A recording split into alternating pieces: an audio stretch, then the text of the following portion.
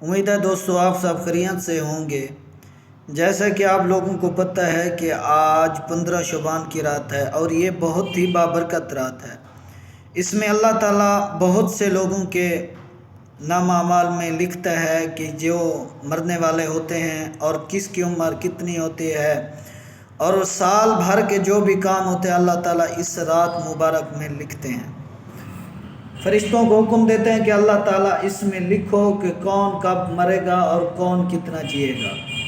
دوستو، اس رات میں اللہ تعالیٰ نماز مغرب کی بعد اللہ تعالیٰ اپنی قدرت کے مطابق پہلے آسمان پر جلوہ گر ہوتا ہے جو اس کی شان کے لائق ہے، اور پکارنے والا ایک پکارتا ہے کہ ہے کوئی جو مجھ سے مغفرت مانگے، اور اللہ تعالیٰ فرماتا ہے کوئی جو مجھ سے بخشش مانگے، ہے کوئی جو مجھ سے جنت مانگے، ہے کوئی جو مجھ سے جو کچھ بھی آج مانگے گا آج میں اس کو عطا کروں گا۔ دوستو، یہ بابرکت رات ہے، اس کو ہرگز مس نہیں کرنا۔ نوافل اور اس بابرکت رات میں زیادہ سے زیادہ اللہ تعالیٰ کی تسبیح اور نبی آخر الزمان حضرت محمد مصطفیٰ صلی اللہ علیہ وسلم کی پاک بارگاہ میں درود پاک پیش کرنا ہے، اور کلمہ بہت کثرت سے پڑھنا ہے۔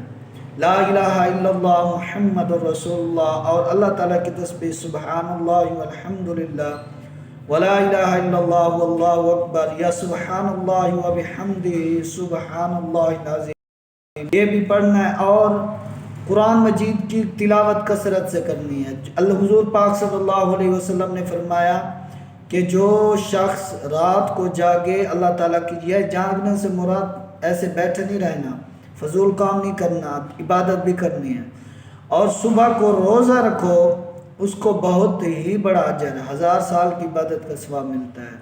تو دوستو، امید ہے آپ سب اپنے لیے اور اپنے جو مسلمان بھائی گزر گئے ان کے لیے دعائیں مغفرت فرمائیں گے۔ میرے لیے بھی دعا میں یاد رکھنا انشاءاللہ۔ اللہ ہم سب کو سلامت رکھے اور حضور کے دین کے طریقے پر عمل کرنے کی توفیق عطا فرمائے۔ مہربانی۔